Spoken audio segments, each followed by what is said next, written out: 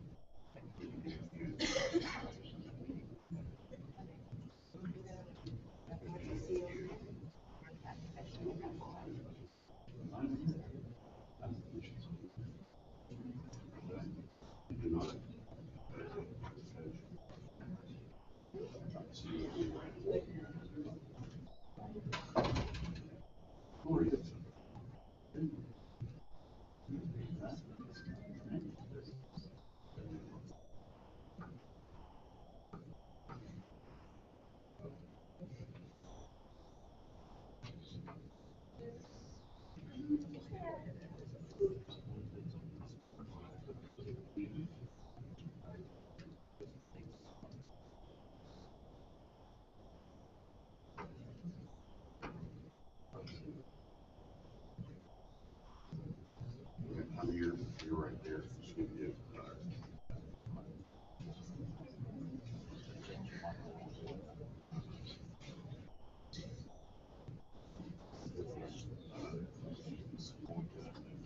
You are.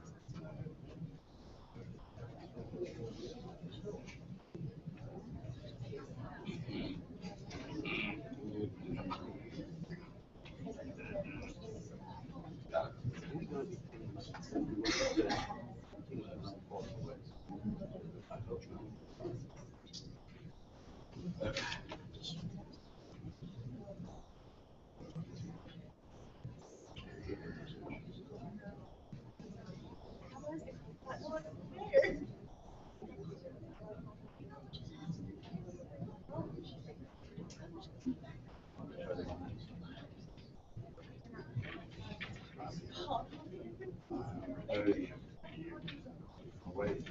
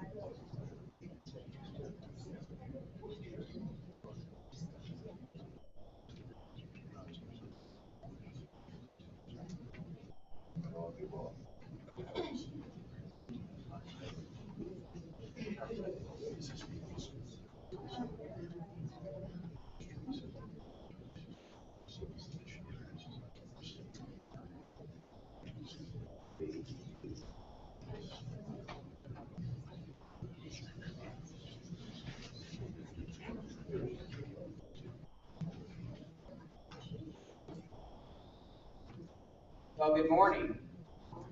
I'm Dr. Stephen Schoonmaker, President at College of the Ouachitas, and it's my pleasure and my honor to welcome you to this joint Robohand College of the Ouachitas press conference. We have asked to have a moderator for the press conference, and it is my privilege to introduce her to you now. Our moderator for the press conference is Ms. Teresa Howell, our Deputy Prosecutor. Teresa.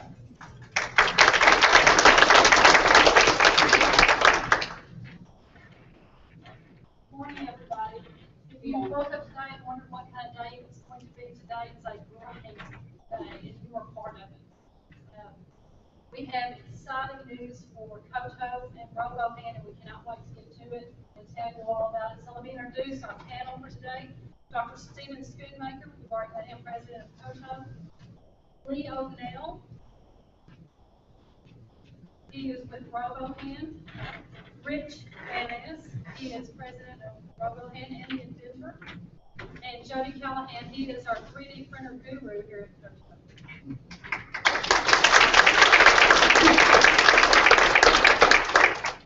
We'll get right to it. We've got some questions for our panel. I'll call on them and they can answer, and then we can just kind of go on as the answers lead us. But we'll start off with Rich. If you would, Rich, tell us a little bit about yourself. Hi, I'm Rich Van Ness from South Africa. I'm Rich Van Ness, I'm from South Africa. In 2011, I had an accident where I severed 4 fingers on my right hand. It was my dominant hand, and I needed to find a replacement so I could continue with my trade. And after viewing all sorts of things online and prosthetics available, I decided to make my own. Given the costs that there are, and I think that once all the hard work is done with the design, the simplicity of this is actually in where the complications started. So the idea of this was that people could enable themselves, and we believe that if you enable one, you enable many. If you would expand a little bit on that motto, enable one, enable many. Tell us a little bit about Robohand, how you developed it, and if you would go into the open source availability for the general public. Okay, for those who don't understand what open source is not free. It's going to cost somebody money somewhere. Basically what happens is the designs are free online, and you may use them within the GPL license. So basically all attributes come back to the creator. And with that, you are enabling yourself. And if you do, 9 times out of 10, someone makes one hand for himself, he'll make hands for other people. Tell us, if you would, a little bit about the dynamics of actually making the hand. You actually have background in construction, design, manufacturing. If you would tell us how you were able to actually make this hand that worked for you, and you can actually modify it for children, adults, different disabilities. Okay, the idea that I had was that one's education is one thing, the other is that once the hard work has been done and the design is done, for you to be able to follow a guide step by step to assemble a hand and help either yourself or somebody else was where the idea of making it simple. How did making this hand and making it available to the public change your life? When I started this, I was going to do 100 hands and disappear. I personally are at the 800 mark, just over 800. There are a few statistics running around out there that are said to be that there's over 140,000 hands that have been made by different individuals. Dr. Schoonmaker, we'll turn to you. Good. Great. How did COTO, let's back up a little bit in history, how did COTO actually get into the 3D printer business, and then how did that actually end up in a strategic alliance with Robohand? Thank you, Teresa. The impetus for College of the Ouachitas and investing in 3D printers came from our Project Lead the Way pre-engineering program that we got approved in the early spring of 2013 and actually started on our campus last fall. Jody Callahan and Glenn Franklin were our instructors in pre-engineering, and in supplying the lab for the pre-engineering program, they had mandated equipment that they had to purchase. They also had a budget, and if they were able to come in under budget, there was a optional list of equipment. And these two gentlemen were very savvy in getting equipment that was required at a price that allowed us to then look at getting some of the optional items. And one of the items on the optional list was a 3D printer. Now, I should really be having Jody tell this story, and I'll let him fill in the gap. Now, I'll intentionally put one in, Jody, so you can fill it in. In conversations about purchasing 3D printers, Jody came to me with an idea, and the idea was, what if we were to have a sufficient number of 3D printers so that we could actually train and educate people in the technology, this emerging technology of 3D printing. I really gravitated to that concept. So in December, in fact, I'll never forget the date because it was the Friday before Christmas, and all through the college, not a creature was stirring except Jody and me.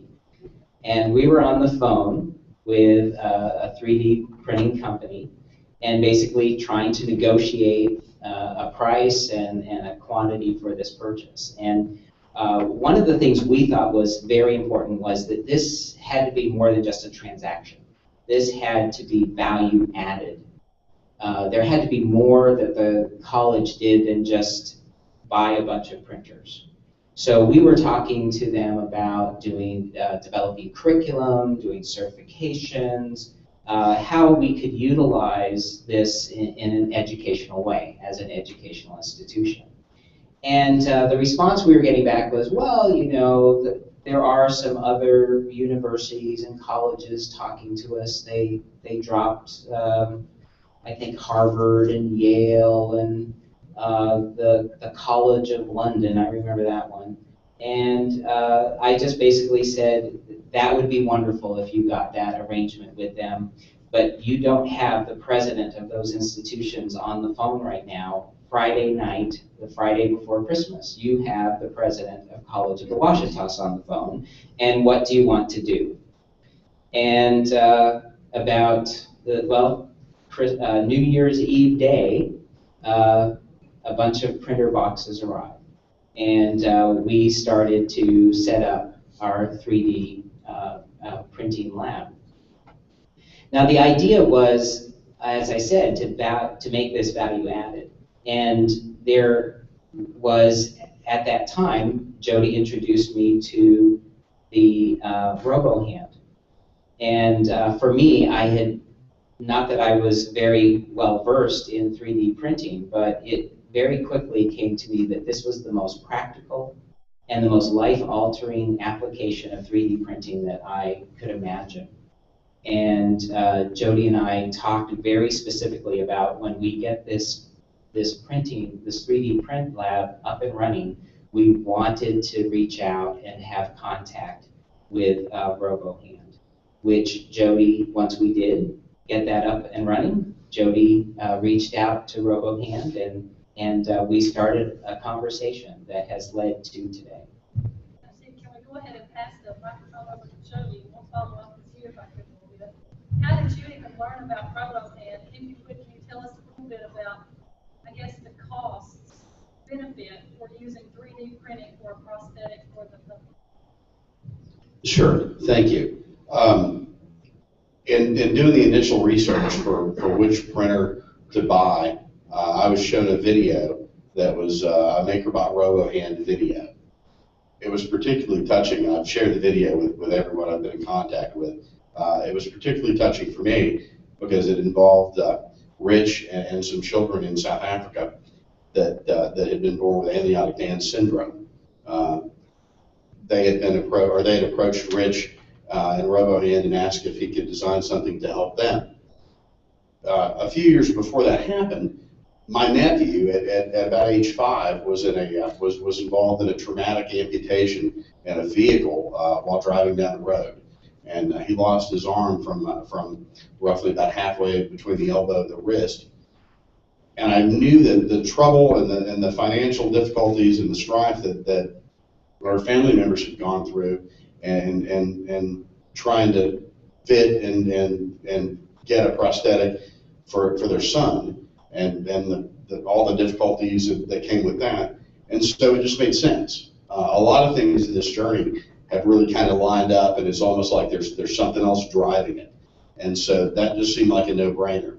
I'm a former combat veteran, so I've seen those types of injuries before, and so that kind of hit home as well. As a former science teacher, I came to teaching late in life after I'd retired from the Army, and as a former science teacher, I taught things like chemistry and physics and physical science. In the teacher training program that I went to, when you get out of there, you're kind of pumped up about being a teacher, and you think, I'm armed with knowledge and I can answer any question that any child has to offer. And that's great until you add children, and then those questions come up. And one of the first questions that I could not answer was in a physics class in a high school in Little Rock. And the question was, I'm never going to do this. Why do I need to learn chemistry? I want to drop out as quickly as I can. I don't want to do any of this. When is it ever going to benefit me? And so every moment that I've taught since then, wherever I've been, I've always tried to teach to be able to answer that question, to be able to connect the content and the subject matter to real world applications so that the student never sits there and thinks, why? The relationship with Robohand and the fact that we can help one, help many, that we can empower students to empower themselves and empower others, made sense to me. Today, the 3D printing of prosthetic hands and the Robohand network is the most practical application of 3D printing that I can come up with. So I thought, if we can infuse this into a 3D printing curriculum, and we can actually have the capstone project be each student produce a hand, and then we can warehouse those hands until such time as they're needed, we're changing lives. Our students are not only seeing the practical application, but they're living the practical application. And in that aspect, I'm not sure who gets the better end of the deal, the child that receives the printed prosthetic, or the student that gets to change the life by pressing print. Let me ask you, if you might want to hand it back to Rich, we'll follow up here. Can you actually show us, does the 3D printer print out the components of the hand, major parts of it, tiny parts of it? How does that actually come together? Do you actually assemble the parts that are printed out separately? Okay, the basic concept of this is to print the actual fingers and the wrist and the rest of the hand. From there's an assembly process. When I originally started this, the idea was to make it safe. That was the first thing. A lot of people are in a position where they've lost hands through, and it always comes to mind with me as a flesh-eating virus. The moment you're using the incorrect stuff, you're exposing someone to a further problem down the line. I don't want to be the guy, and I don't think anybody wants to be the guy, where you end up creating a further amputation. So we use the PLA plastic, which is non-toxic. It's also biodegradable. Then from there, we use orthoplastic, which is made by a medical company in the USA. It is open cell and it breathes. So what happens is you don't have any bacteria hiding within it. So putting it on, taking it off, or hurting yourself somewhere down the line, you do not end up with an infection. Further to that, we add stainless steel. It's a medical grade stainless steel hardware. And the cost of that is pretty expensive. It's $65 per hand on average. you could probably buy 100 mild steel bolts, nuts and bolts for the same price of just one. But we keep it safe. What I did when I designed this whole thing is I think what a lot of people don't understand, and it's pretty much, I think people think it's gross. I actually got to see what is inside the human body, and sort of like a really first-hand experience. So what I did is I designed this so that it's anatomically driven. So basically what you're doing is your natural movements that you normally do, open and close fingers. So I don't think it's very complicated, but then a lot of people do. And one thing that people need to sort of look at it is, I don't look at it as a prosthetic. I look at it as a tool, a mechanical device which aids you. It is far, far not a miracle. It is to create a human hand that it actually functions like a mechanical hand, I believe is impossible. Leo, the next question is for you. If you would, tell us a little bit about what you did with Robohand and why Robohand agreed to enter into this strategic alliance with COTO. Thank you, Teresa. Yes, from our side, I'm the communications director, so responsible for a lot of the talking. And Rich prefers to make the things work and discover new things. So research and development and continuously improving the Robohand and the functionality behind it. And some new things that can follow after that, because there's always additional needs. So with the relationship that we formed with COTO, we saw the benefit in having a partner in the US, a strategic alliance, with somebody that's actually in the education environment, that's got the capabilities and the tools and the equipment to actually assist in getting this broader than just where we've currently been functioning, and where people basically come to us and ask for a Robohand, or if they can provide a hand for somebody else. So yes, in terms of educating people about the Robohand, having a formal education environment where we can actually teach people how to utilize it to the best ability, and to enable people to become more affluent in understanding the Robohand and what it's all about. So we can equip more people and hopefully change people's lives, like Jody said, not just by giving somebody a hand, but by actually touching a person that did that a hand for that person, and hopefully change people's lives on the long run. There's some interesting stories in terms of a little girl that's 9 years old. I attended one of Rich's talks at a school, a little Chinese girl. She came afterwards and said, so how much does a hand cost? And Rich thought this is a bit of an interesting question. He said, well, all in all, fitting it with all the medical grade stainless steel and the printing and assembly, it's about $500. She said, well, thank you. Would you mind giving me your email address? Said, well, maybe it will end up as spam, but maybe she'll actually contact him. 10 days later, he was back in South Africa, and guess what? Lo and behold, this girl emailed him and said she raised $500. She's identified somebody in South America, and can she actually get a hand printed and assembled and sent off to this person? So I think with kids like that, there's definitely hope for the future. She's now started raising money for the second hand. So in terms of that, we believe that's the way to go, and we can get everybody to do good and actually pay it forward as it's possible and wherever it's possible. I think that will change the world as we know it. Dr. Schoonmaker, for you and Jody, you both just recently returned from South Africa, going to the Robohand workshop factory, learning how to assemble and make Robohands. If you would tell us about your trip and what you learned.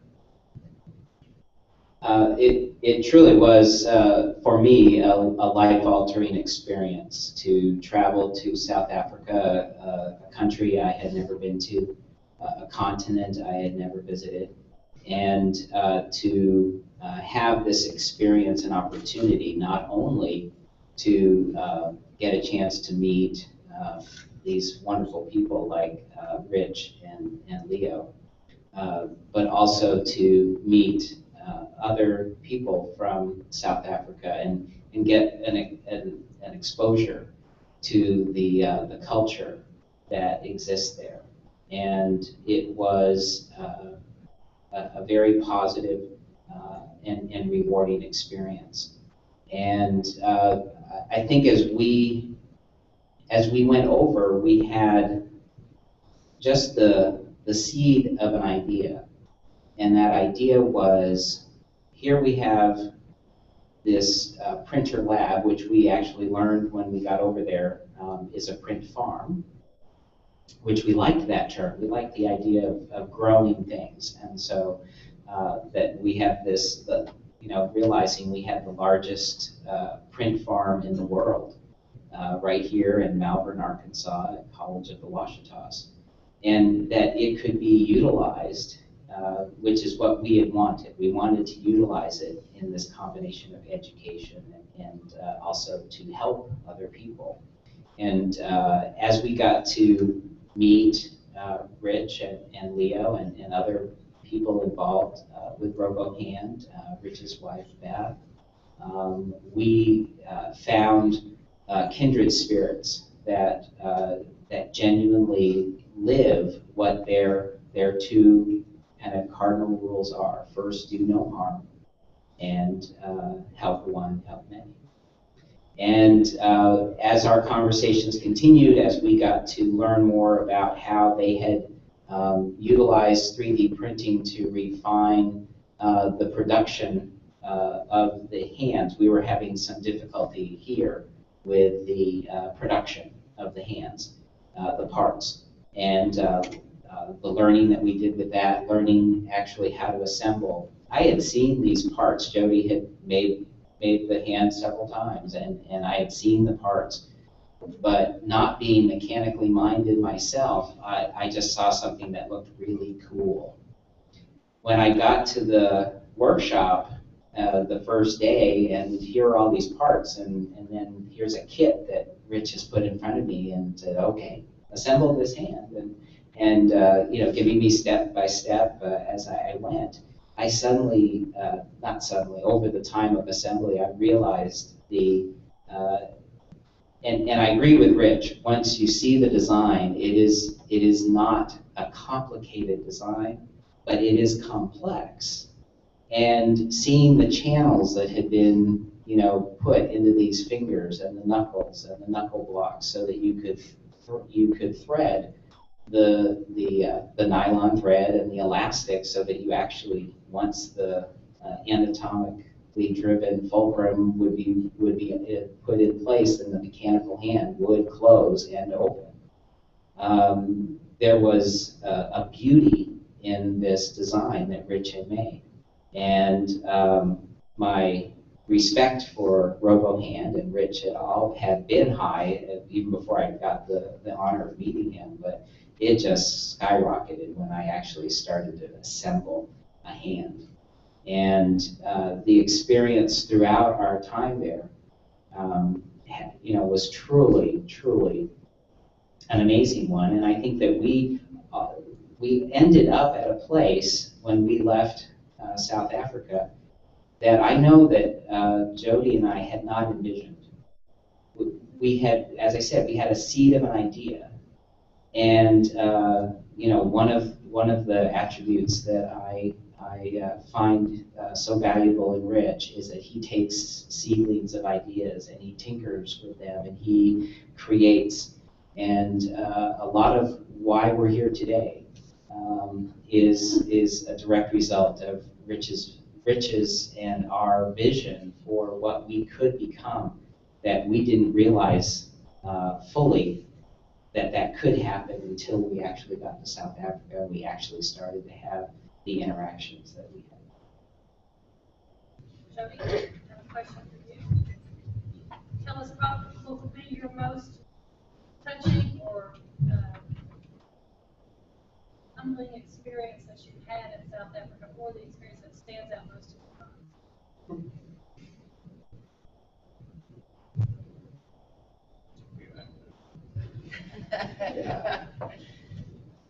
For me, I've been to South Africa before, So I understood the power of being in Africa, which is a very powerful place for me. I was not there for the culture so much. I was there to go to school. I was there to form a relationship and to hopefully form a partnership with Robohand and with Rich. And so for me, I had to hit the ground running. I had to be a little bit more forward than I normally would be. I had a lot of training to start. While I was there, I did 2 hands and then an arm. And the arm that you see there is also the arm that Ryan is wearing today. I don't think I thought about all the emotional ownership that you would gain by actually being involved in the fitting of a hand. And while I was there, Rich was kind of like a drill sergeant, so it was constantly driving to perfect, which was okay. I was prepared for that. I was prepared to be driven and to get the job done. I was not prepared for the emotional attachment when I fit my first hand. And he saved probably the most difficult fit for me to see what I was made of. While I was there, Rich and I fit the smallest Robohand that's been fitted on the youngest recipient, 2-year-old Mika from Johannesburg, South Africa. And I think he did that to me on purpose just to see if I was getting fooled or not. So that entire process was really, it was an emotional roller coaster. You tell yourself that you're not going to get attached. You tell yourself that you're going to put up a wall and you're going to do the work. And that all goes out the window when you see the child. And then, of course, you have to develop the relationship. You have to spend the time gaining the child's trust, gaining the trust of the parent. You see the parent's guilt. You see the child just not really understanding. So there's a lot of things to take on. And you reach this plateau and then it works, and then all of a sudden it crash. And so that was hard for me. I wanted to sleep for about 4 days after it was over, just from the adrenaline crash. And then it was really time to go to work. So that would be the most climactic for me, I think. You mentioned Ryan a moment ago.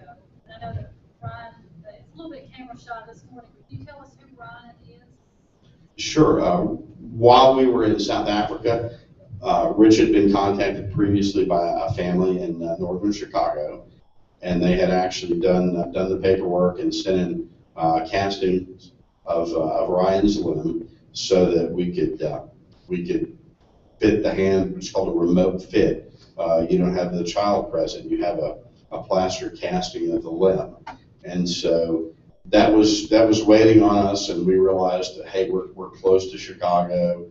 We're doing this work.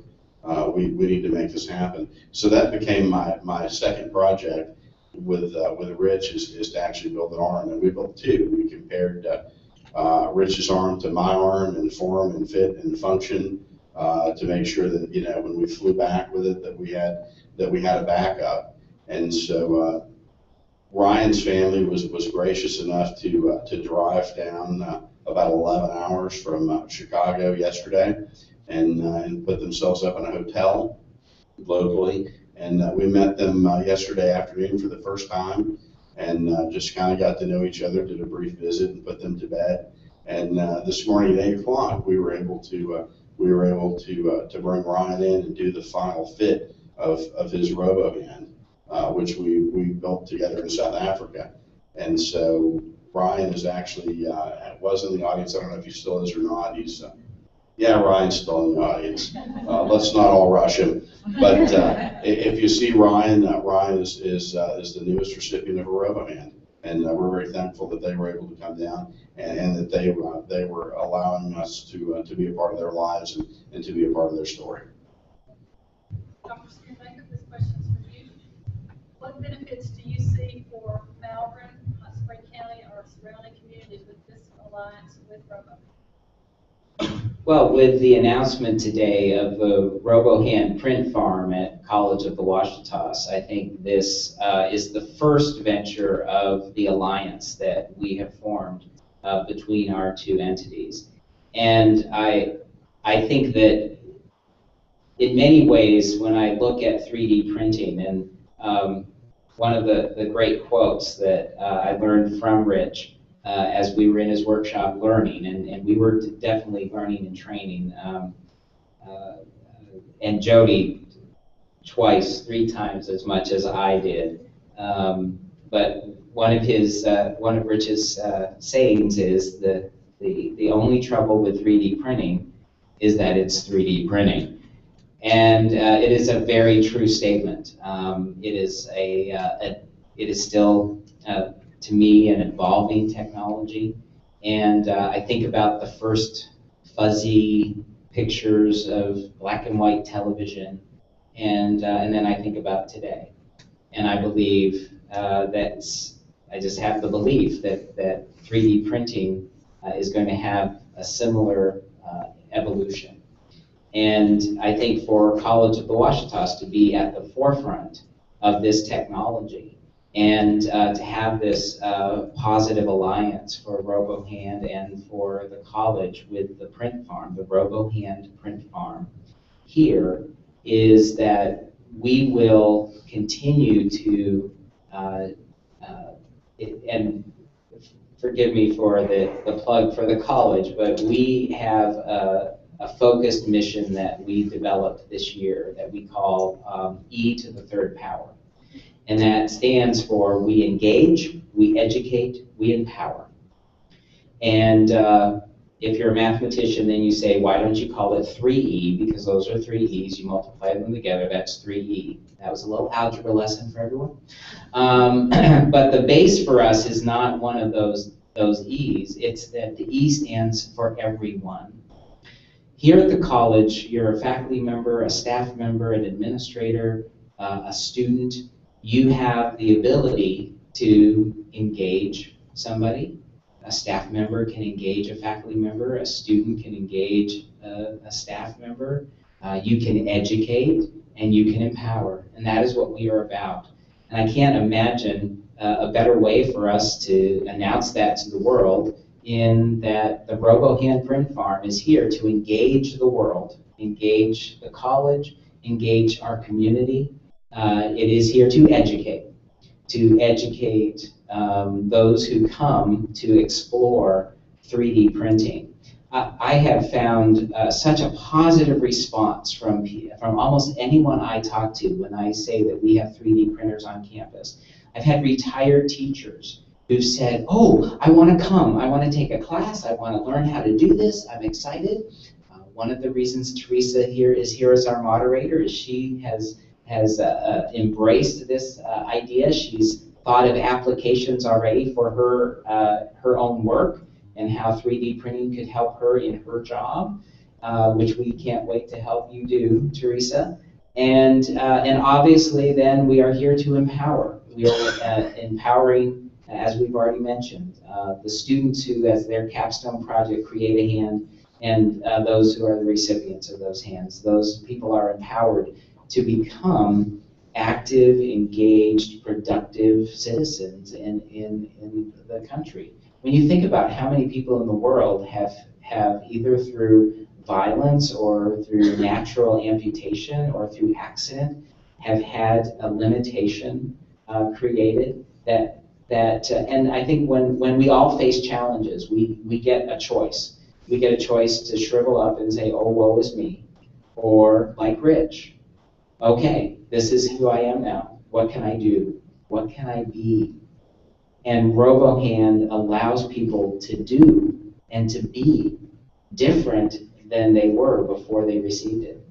To be affiliated with that, to be a part of that, I can't think of a better fulfillment of the college's mission to engage, educate, and empower.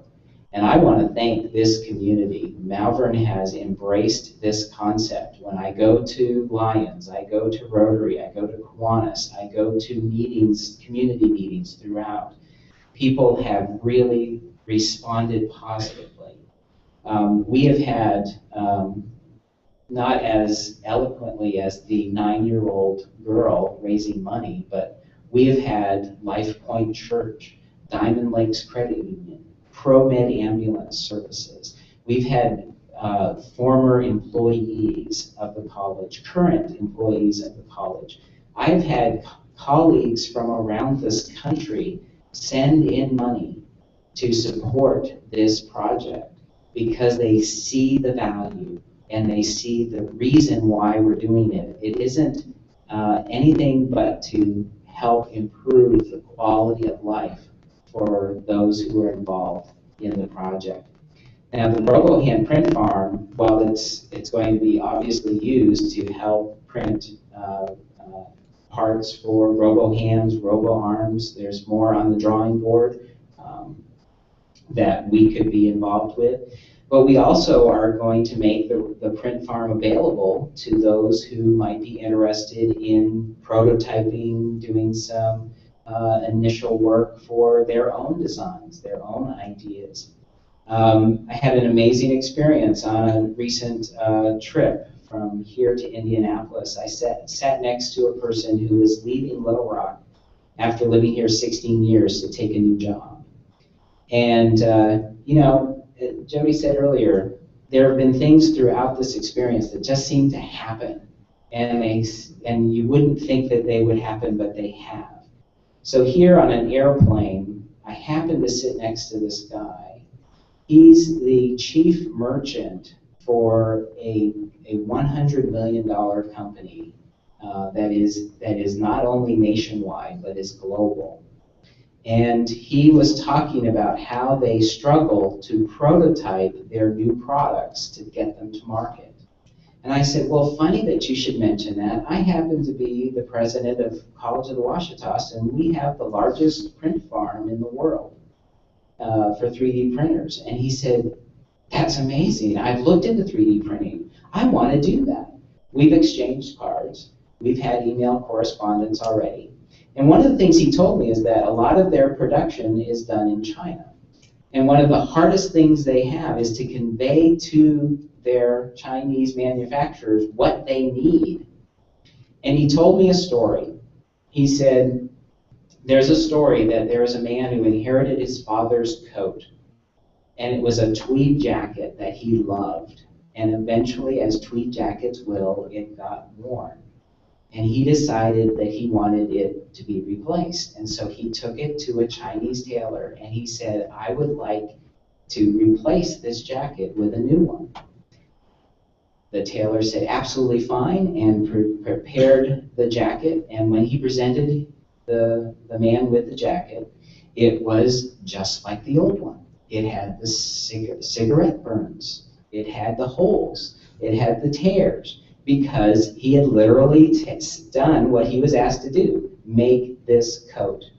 And he said, this is what we experience every day. We send an idea, and it's lost in translation. He said, if we could have you print up our designs, then we would have something to show them that's tangible, that's three-dimensional, that then they could reproduce.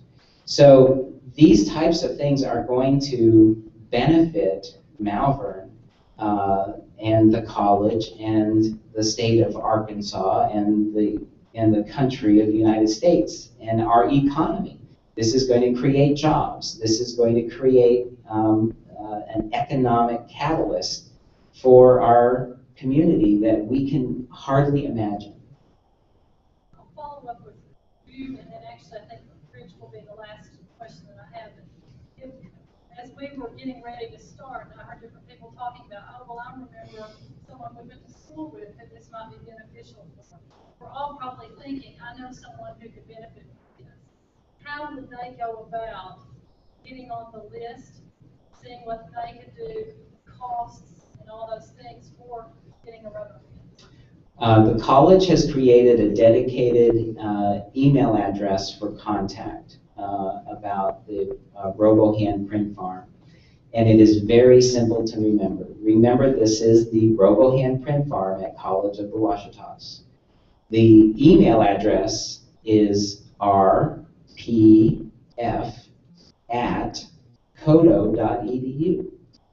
And so anyone who has an interest can just send us an email. We'll be happy to respond, talk to them about what their ideas are, and we can go over what the pricing model for that is.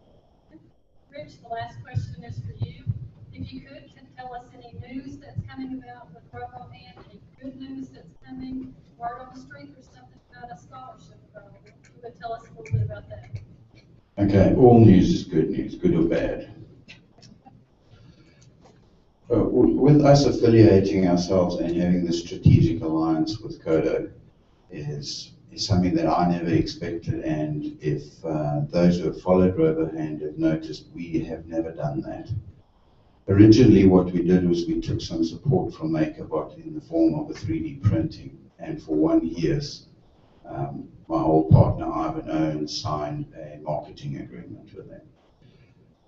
The video that is on YouTube, it gets a lot of interest, and that brings a lot of stuff to Robohand. With that also comes a lot of people that need hands. If you consider on average that we receive 800 emails per day on average, how do you get through that? How do you go through that?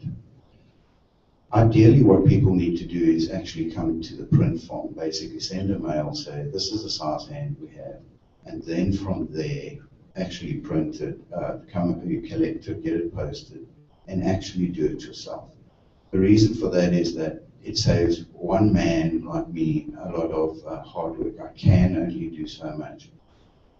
A lot of people don't understand I've got a family and I used to have a life outside of Robohand. What people need to do is, then you can contact us and say, hey guys, I need help with this. And I do a lot of remote help. So there's Skype, there's all sorts of technologies available, and I will help you. Robohand has gone from, you find people that actually say, hey Rich, have you ever done legs? Are you going to do legs? We had a makers weekend before the guys from the US arrived here from the college. And a maker weekend is to take a bunch of bright guys and stick them in a room and make them really tired. And the more tired they get, the more they want to get finished. Anyway, we did design a leg. So we're busy testing it at the moment. I have never put anything out there that's not tested and not functional. So in a few months' time, we'll put a leg out. And then from there, I want to go to a walker where it's anatomically driven. I believe if you've got something that can move, be it your neck, your leg, your finger, you can drive something. I consider it a motor. So at some stage, we will be looking at doing an exoskeleton for people who are paraplegic. With us getting involved in the farm here and setting up this alliance, there is now actually 50 of me. But the 50 of me cannot assemble all these things, and neither will COTO be able to do that. But it is a good start to helping people further down the line. Okay, yeah, sorry. Starting with going to the scholarship. The open source thing, and when I said nothing is for free, the print farm will have to generate some form of fund to carry it forward. So taking on prototype printing, and at some stage further down the line, we will use some of the contacts around the world for when it comes to some scripting. So we'll actually help a lot of people actually design a concept if we can. And if you consider that it can cost you, and this is in South African Rand, up to 40,000 Rand to make a mold for injection. So that's one mold. Often what happens is there's more than one mold to a component. So if you end up making that mold and it's not functional, you basically spend money and you've thrown it away. If you 3D print it up ahead, you will actually see where all your little problems are, as the discussion with the Chinese did. With the farm being put out there, I decided that with our strategic alliance, the 50-50 between us partners, the 50% would finance the actual the running costs of the farm and the PLA and the ABS. What I did was decided to, with this, also give back. So 25% of the 50% that we would receive in some form of revenue, will go into the Rich Van Us Scholarship Foundation, and hopefully that will carry on and maybe change some other child's life in a different way. The other 25 will go into sustaining Robohand. There's a lot of things that people don't see. I actually got shares in FedEx and DHL already with all the money we've paid them for shipping. So basically what we've done is we've set up an enabled within a farm, and that makes me very proud as the chairman and the leader of the Robohand initiative. While I'm busy talking here, I'd like to thank Dina and Ryan for allowing us to help him. And with that, what happened was Dina has donated $700, which not only paid for their child's hand, but it will enhance some other child. So we are paying it forward on behalf of them. Thank you. Closing remarks are by Leo, and he'll have just a few things to say. The press conference will be finished, and the guys will be available after we finish if you have some questions. Thank you, Teresa. Yes, just in wrap up, you now have the opportunity to actually visit the print farm and first-hand experience what it's all about. So if you want to join us there, you actually have the opportunity to print yourself a key ring from College of the Ouachitas. Thank you very much.